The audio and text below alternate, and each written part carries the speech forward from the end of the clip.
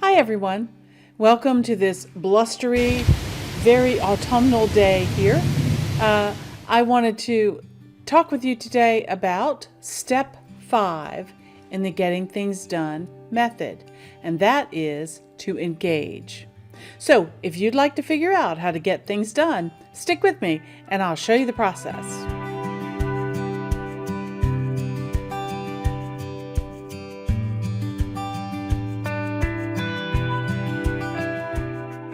Well, hi everyone. I'm Crystal from A Crystal Clear Life, where we focus on planning, organizing, and living a more simplified life.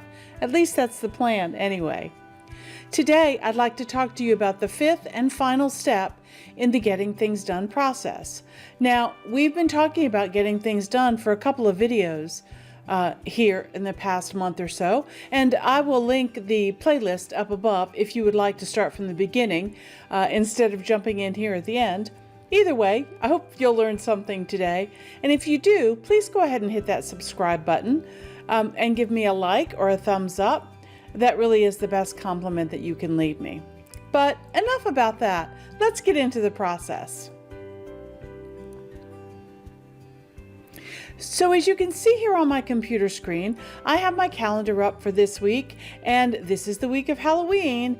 And one thing that I needed to do that was very important is to deliver those treats to my neighbors and the children that live here on the farm. So I want to make sure that I get that done. But when we talk about engaging or actually doing the daily, day-to-day work that David Allen mentions, oftentimes people have problems coming up with, well, what are my priorities? How do I figure out what I'm supposed to do first and what I'm supposed to, save for a different day? So I want to talk to you a little bit today about how I go about doing that. First of all, if you look on my screen right here, the daily engage process for getting things done, I've spelled it out for you. First of all, it says to figure out what your priorities are or your order of work for the day, the first thing that you should look at is what David Allen calls your hard landscape.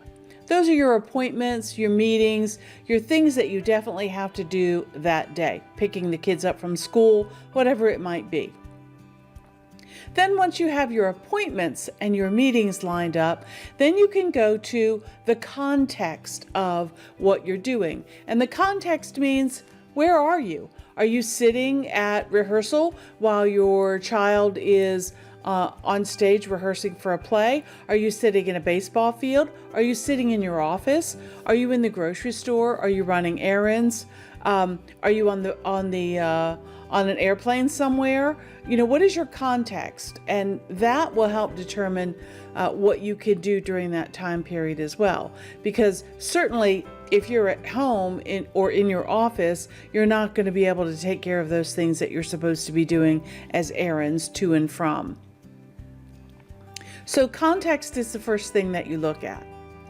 The next thing that you look at is your time. How much time do you have between now and the next meeting or the next appointment that you have? You need to keep that into consideration too, because some tasks may only take 10 or 15 minutes. Some tasks may take 2 hours. So you have to consider your time. And the third thing that you need to look at is the resources. Do you have everything that you need to be able to complete that task? Okay. One of the resources that you want to consider during that whole process is how much energy do you have?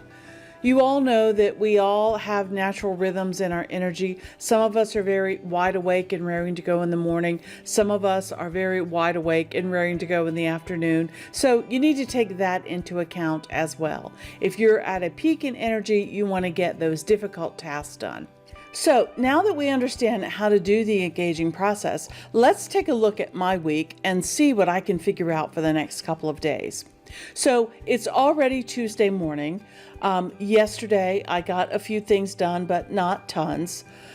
So Tuesday morning I'm already up and, as you can see, dressed and have done my morning routine. So I'm going to go up here and check off that I did my morning routine.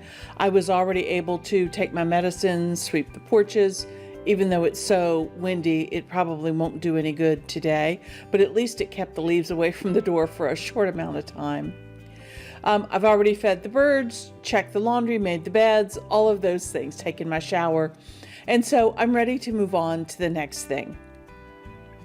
You see that my day is pretty empty today until this evening. I have an appointment at 7 o'clock this evening, but Tuesday is normally a day that I have blocked to get a lot of things done. So, how do I know what I'm supposed to do? How do I know what things I have to get done? Well, remember I'm using the tags method for tracking all of my to-do items and my next actions. So if I go over here to my tag summary, let me just refresh that and make sure that it is up to date.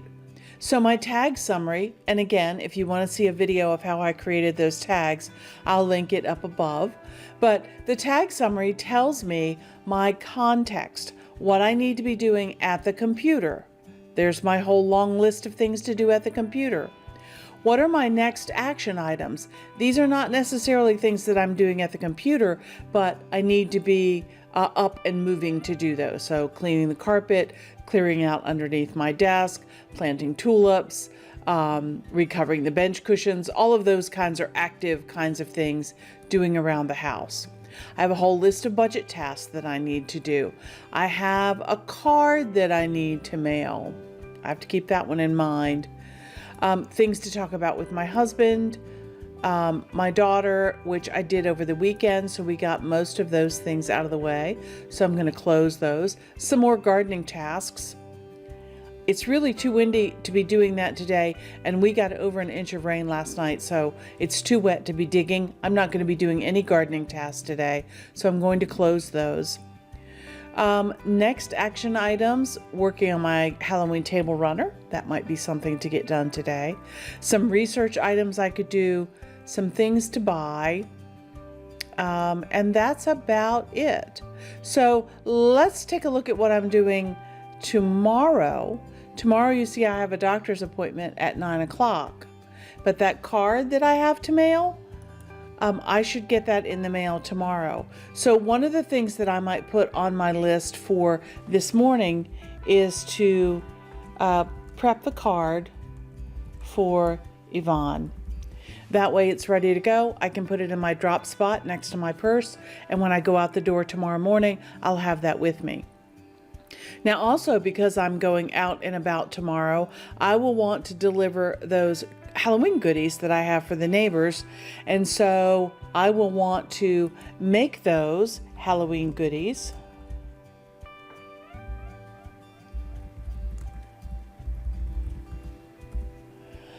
For the neighbors.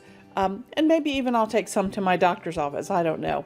When I leave the house tomorrow, I'll have them with me, and I can simply drop them, make a porch drop, a little boo on their porch, so that they will find that treat. That will be fun.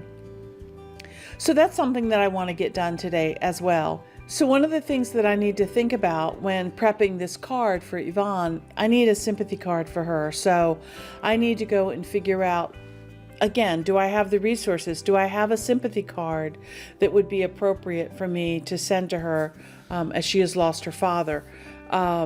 Or could I make one? Do I have the materials to do that? Or is that something that I will need to add to my to-buy list to get tomorrow while I'm out, and then I can drop it in the mail again while I'm out tomorrow?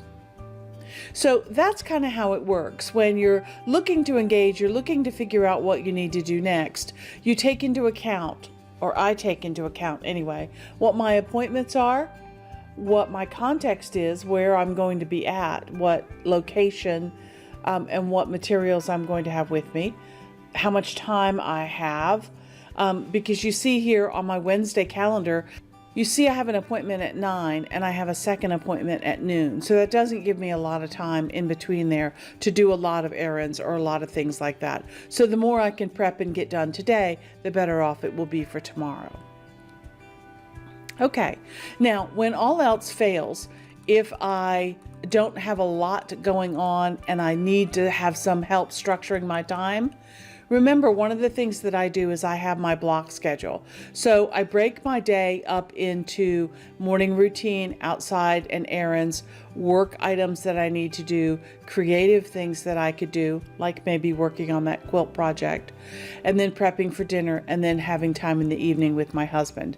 So if all else fails and I just don't know or can't figure out what I'm supposed to do, I can always fall back on my block schedule and say, look, between 1 and 3, I need to get some work done, either church work or home tending tasks, budgeting tasks, emails, that kind of thing. So this schedule will help me with some of those things. But anyway, step 5, engage, is a very easy process. It really just comes down to looking at what you need to do, figuring out what context, time, and resources you have available, and fitting those things in around your appointments.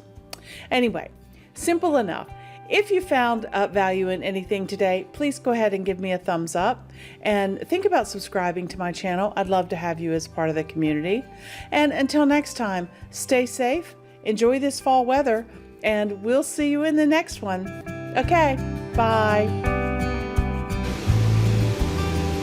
Did you want something, Harry? Harry.